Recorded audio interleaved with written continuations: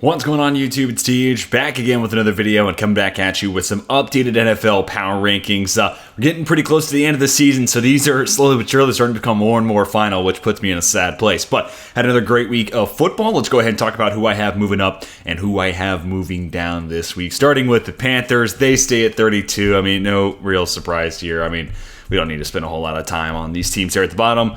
No new coach bump for the Panthers. They're still just rough. Patriots, a lot of the same stuff, man. This offense is just abysmal. And like I said last week, just because you make the change at quarterback does not mean it's going to be a change for the better. And, Bailey Zappe's kind of fun, but he's not better than Mac Jones. And that just says a lot about the quarterback position right now in New England. Defense still, doing what it can, but that offense is just terrible. Giants, they were on bye if memory serves. So, that's, they didn't lose this week. And Tommy DeVito gets another week to prep. It sounds like he's going to be the starter even with Tyrod Taylor coming back. So good for the Giants there. Raiders, another team that was on bye. So nothing to talk about there. Then we get to the Tennessee Titans, and I didn't want to move them down because they played a really competitive game.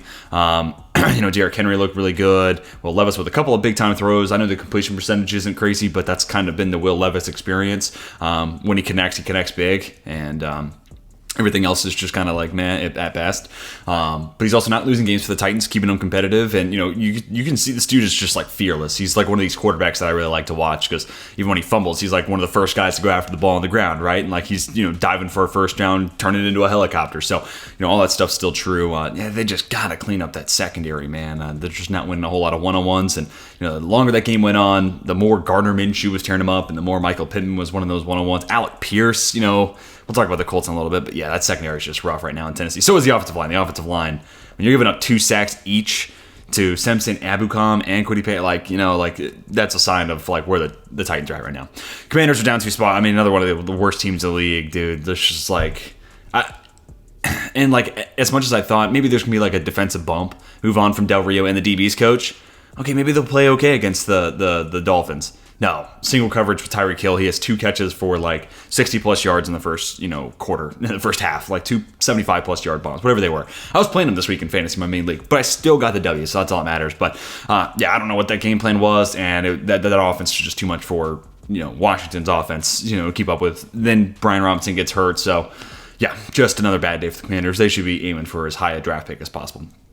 Bears, they were on bias. They're going to stay put. Jets are down 2 spots. I mean, just like the Patriots, just because you make the move to a backup doesn't mean you're better. And, I was almost wondering, why is Trevor Siemian backing up Tim Boyle? Because, I know Trevor Siemian wasn't great last time we saw him, but, Tim Boyle, when has he ever shown me any good football? Siemian's at least had a couple of, I don't even want to say games, a couple of halves that show okay, he can start, he can play, he won't lose you the game.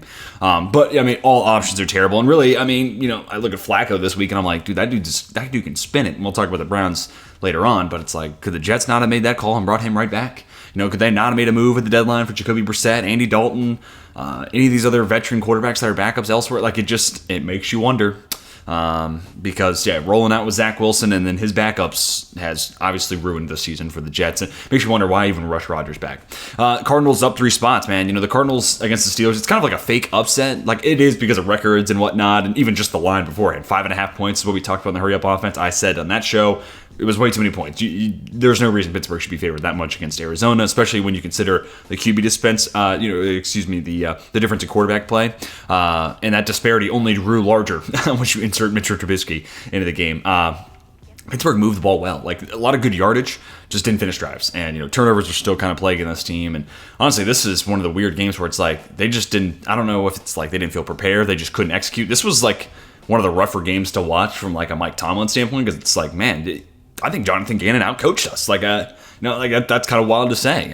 Granted, you also have 2 weather delays. How often do you see that? So it's tough. And I feel if Pittsburgh had gotten into a rhythm and stayed in it, maybe there's a chance. And ultimately, this game comes down to the 14-point swing that was Pittsburgh getting stuffed at the goal line. Which, hey, it's not Matt Canada calling the play, but I'll still make fun of it. 4th and goal from the 1. Why are we going shotgun? Get under center. And shorten the distance and make Jalen Warren or Najee, whoever you want to get in the touch, the fullback.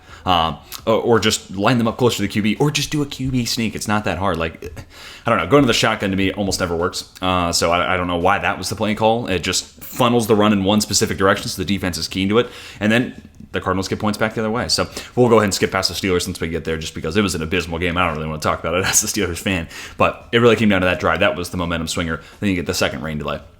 But good for the Cardinals. I mean, they're still really, really scrappy, man. And then you get to the Bucks. I'll move them up a spot. It's not necessarily the most impressive win against Carolina, but Mike Evans, man, what an awesome story he's been. He deserves to be a Hall of Famer. Like 10 straight 1,000-yard seasons. They're not like 2,000-yard seasons, no 1,500-yard seasons really in there. But just that solid, consistent, stable play. And also, a lot of his receptions also come in the red zone, right? Like, he's a touchdown machine. So, therefore, he's not the guy who's, like, hauling in 70-plus yard, touchdowns all the time. A lot of times, it's like a 2-yard fade, to the corner of the end zone, especially early on in his career. So, I feel like that skews the yardage numbers a little bit. But he also has caught a ton of touchdowns in his career, like, just truly one of the better ones and one of the more underrated ones during my lifetime. So, good on him, and Baker keeps finding him, man. So, that's the lifeline of that Tampa Bay offense. And then we get the Saints and the Falcons both staying put. This was tough because I didn't love what I saw from the Saints this week, if I'm honest. Like, Derek Carr still continues to play really rough football. And then you get Jameis Winston, and he can't will them to a comeback. But they did make things interesting, right? Like a couple big plays for Chris Olave, a couple rushing scores. I think Kamara only had one. Taysom Hill vultured another, maybe Kamara had two, and Hill still got the one. But either way you spin it, like, they did a great job getting back in this game, but ultimately it was too big of a hole to dig out of. And it was interesting to see Sam Laporta have a huge game because like one of the things I love about the Saints is like Demario Davis and Pete Werner. I like that linebacker tandem. But a big day there for Sam Laporta, and that kind of proved to be the difference. Do want to give credit to the Saints, secondary, especially after that first Amon-Ra St. Brown touchdown. Felt like they did a lot better throughout the rest of the game. But the Saints are still a confusing team, and obviously quarterback is tough, or at least it's going to be Jameis moving forward, not your regular starter. And then for the Falcons, they got to win, and that much I can say is true. But 13-8, I know the Jets defense is it's tenacious. It's one of the best units in football, no doubt. But they still didn't look pretty nonetheless. Now, some of that's the Jets, some of that's just the Falcons. So I'm going to have them stay put here at 21. Would have loved to move them up, but ultimately the other movement on the board, really you can blame that on the Cincinnati win, because had they lost, Cincinnati was going to be, I think, at 22. Saints, no, the Bengals would have been 21. Falcons would have gone up a spot. So basically, Falcons fans, don't yell at me, yell at Cincinnati. Vikings down a spot. I hate moving down teams when they're on a bye, or moving up teams for that matter on the bye because they didn't play. But this is kind of the trajectory of the Vikings right now. Steelers down 4 spots. What a brutal game there. And now no Mitch Trubisky for no Kenny Pickett for a few weeks. Having to watch Mitch Trubisky on Thursday night is not going to be fun.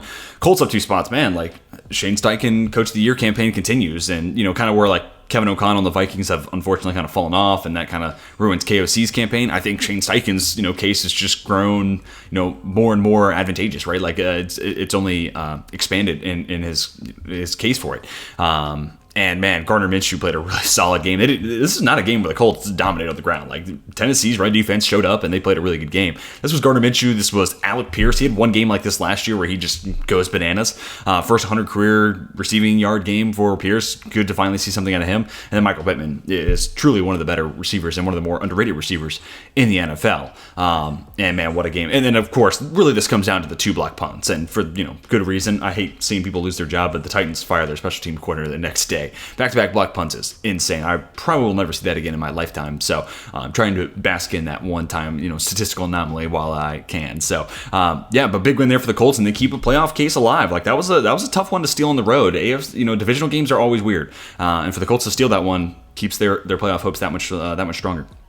Let me get the Bengals. I told y'all, Cade Browning's not as bad as you may think, right? Like, undrafted rookie, but like a guy who in college had moments and he had glimpses. And I think this dude is as confident a backup as there is in the league. And ultimately, I think they got him into a really good rhythm. Joe Mixon was running really hard. You get the Jamar Chase touchdown. Basically, they kind of settled him into a groove.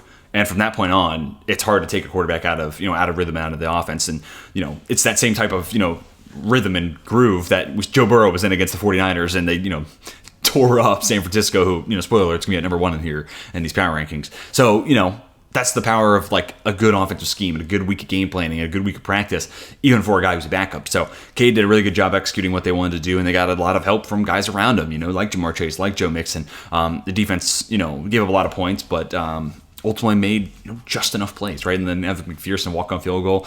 So good on Cincinnati, not going down without a fight throughout the rest of the season. Then we get the Rams, Packers, both up spots. These two teams, shout out to the offensive minds. Sean McVay it was awesome in this game. I mean, Cleveland's defense is legit. Don't get me wrong. I think Cleveland's defense, the Jets' defense, those are the two best in the league. And dude, Sean McVay, anything the Browns dialed up, like the play had an answer for that. And a lot of it's also Matt Stafford and his processing building and putting the ball in the right place. So ton of credit to the Rams, man. And again, like I said, when they blew out the Cardinals, first time we've seen Arizona really drag through the mud.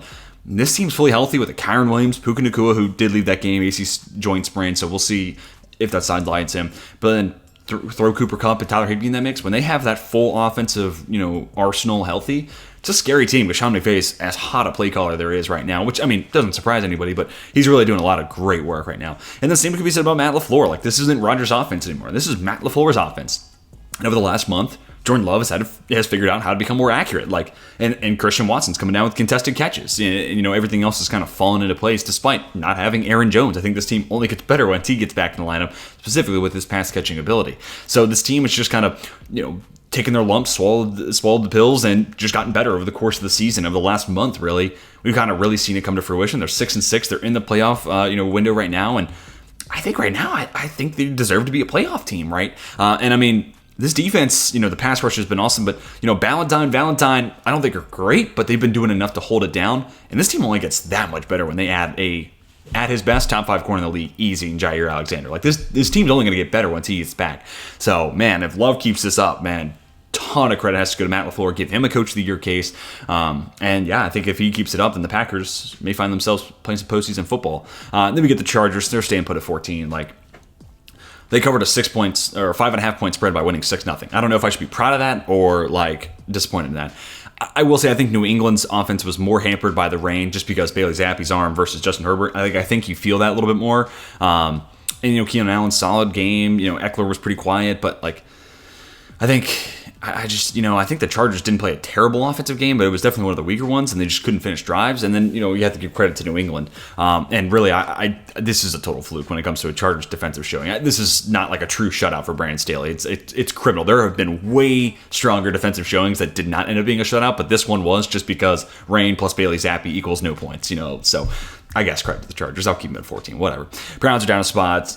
Maybe there's a case that I should be flipping them in the Rams, but, like I said, I think Flacco can still spin it. Now, I don't think he's like a top 10 quarterback in the league, don't get me wrong, but the man still has some arm talent, and man can still spin it. And Amari Cooper is going to benefit from that. David Njoku, especially in zone defenses where he's just trying to find space and he's not having to be a route runner, can have some success with that. They just got to get back to the ground game. I feel like they've kind of gone further and further away from that. Maybe that was just the game script this week. But if they can get a nice balance there between the two, I think they get back on track. Also, that helps that defense, right? Like, the longer you keep them on the sideline, the fresher they are, the more impactful they are. But so generally like this Browns team, but I'm excited to see what happens, with Flacco moving forward. Seahawks, I hate doing this, even more than like moving teams when they're on bye. Like, moving up a team who lost, that's tough. And especially when you go back 3 and 4 weeks ago, I didn't move this team despite losing. And then I finally moved them down last week, down 1 spot. But, I mean, the simple fact of the matter is, and just to take words out of Phil Simms' mouth, like, they are one of the 7 best teams in the NFC, and you cannot tell me otherwise. They are one of the best 7 teams in the NFL, or in the NFC, rather. And I mean, look no further than them going toe-to-toe with Dallas, who, right, if you're going to ask me who's my MVP, I tell you it's Dak Prescott. And if there's a team that can maybe upset San Francisco, maybe it is Dallas. They're in that conversation. They're one of the 3 best teams in the NFC. And the NFC right now feels a little bit more top-heavy than the AFC even does. So, I mean, for them to go toe-to-toe on Thursday night against Dallas, I had been telling people I really like that spread at 9.5. Thought that was way, way out of price. And honestly, I liked Seattle's money line. Like, I thought that was a game they could win. DK Metcalf goes crazy. JSN with a couple of big catches. Tyler Lockett with just enough production. Man, just when this offense is at its best, it can beat anybody. And ultimately, it was the defense that kind of let him down this one. And, my guy, Devon Witherspoon, like, I've been saying him and Trent McDuffie are the best slots in the league. And, right now, edge to McDuffie because Witherspoon was kind of the guy they were picking on that first drive. Like, they wanted CeeDee Lamb versus Devon Witherspoon, that matchup. So it was kind of interesting to see a team actually go at a guy like Witherspoon. And, I think he got a little bit better as the game went on. They started using him a little bit differently and kind of got him away from CeeDee Lamb. But nevertheless, like, man, the Seattle team can just get it together where it's like the offense has been kind of letting you down, the defense played well, and now this week it was kind of the opposite. Just kind of figure it out. But also a ton of credit to Dallas. We'll talk about them in a little bit. Broncos, I'll have them stay put it here at 11. I think Houston's a really good team, so I don't want to hold it against them. Jaquan McMillan is still playing awesome out of the slot. They're still generating a lot of turnovers. The offense figured it out in the second half. I think generally, especially if you look at the second half, that was a good 30 minutes of football. That's a winning effort worth of football. There's the first half hole was just too much to overcome. And ultimately, man, that's a win that they're going to want back, right? Because they had a chance to win it, and then given the Kansas City loss, they could have found themselves one game back in the AFC West, and that would have made that division really interesting. Not that I think the Broncos are the better team or should win that division, but if they're only a game separated, like that's fascinating. But nevertheless, I want to give some credit here to the Broncos. I think they played some good football. I think this is going to be the start of the turn towards, regression towards the mean. This team kind of settles into who they actually are. Better than who they were the first 4 weeks. Not quite as good as they were on that 5-game win streak, but somewhere there in the middle. Texans, flipping places. I know the Jags just beat them, a week ago, but hey, also the Jags just lost and the Texans just won a close one, And furthermore, it sucks that Tank Dell's out for the season, but let me ignore that and let's go back a week. He had that sideline toe tap catch, which a freeze frame clearly showed he was in, and that's a shorter field goal attempt for Matt Amendola. We're probably talking about overtime at that point, and at that point, it's anybody's game. Like there's a better chance the Texans win that game than what they actually did. You know what I'm saying? So if the right call's made, maybe Houston wins outright. And maybe they're actually leading the AFC South right now. So all that to say, the Jags lost, so they're going to be down a spot. We're going to have to wait and see this Trevor Lawrence injury. It doesn't sound like it's major, so that's good. And also, no Christian Kirk the rest of the way. I think that's a big loss. It makes Evan Ingram's role that much larger as the middle of the field guy. And it means Calvin Ridley's going to have big games down the rest of the way. So as a fantasy owner, I'm kind of excited about that. But Christian Kirk, that's going to be an impactful loss the rest of the way. Same can be said about Tank Dell, though, for Houston. Honestly, I think that's a bigger loss for Houston than it is Kirk for Jacksonville. But that's just, I think you could sell me on an argument either way, really. Good win for Houston. That defense is really impressed. And I forgot to talk about this last week, but the waiver claim of Derek Barnett, I know he wasn't lighting the world on fire, but for a team where I'm like, they could definitely use another edge rusher or two, that was a shrewd move. They got him for next to nothing.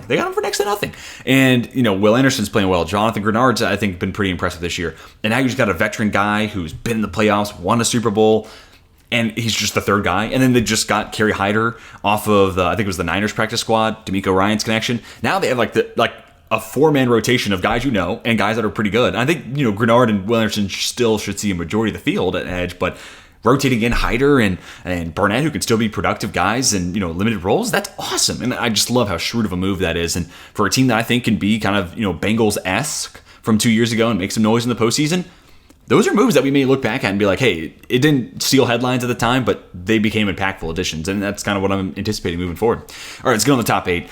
Bills on the bye, so they stay put. Lions, nowhere to move them, so they're going to stay here at 7. But, man, big day for Sam Laporta. Love the jet motion to get Jameson Williams into a ton of space and then just let that dude throttle it up to 11 out of 10. Man, when he gets top speed, man, there's just few other guys that are as fun to watch than Jameson Williams. Him and Tyreek. I need to see a 40-yard dash, them side by side.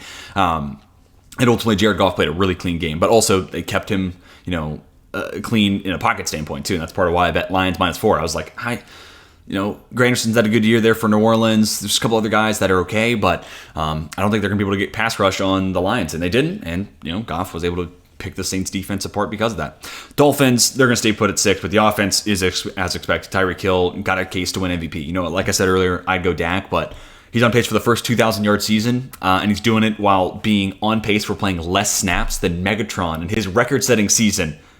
That Megatron had that many snaps by week 11, so I kind of butchered that stat. Follow Mike Renner on Twitter. Basically, the gist of it, Megatron by week 11 of that record-breaking season, as many snaps or more snaps than what Tyreek Hill's on pace to play this entire year. And that's with an extra game added on. It's just bananas what he's done this year. So if there's a case for a non-quarterback, I think Tyreek Hill's the guy. Chiefs down 2 spots. I mean, receiver. We talk about it every week. That's going to be the question mark. Can someone step up? Rashee Rice has, but honestly, they need someone else. And if we're being honest, Sky Moore and Kadarius Toney are cuttable players for this roster. If there were better options available in free agency, they would cut those guys. Or if they could go make a trade for someone, they would, and they would cut those guys. And it almost makes you wonder, do they just call in Zach Ertz and start playing Kelsey at slot? I almost wonder if they just move Kelsey to receiver.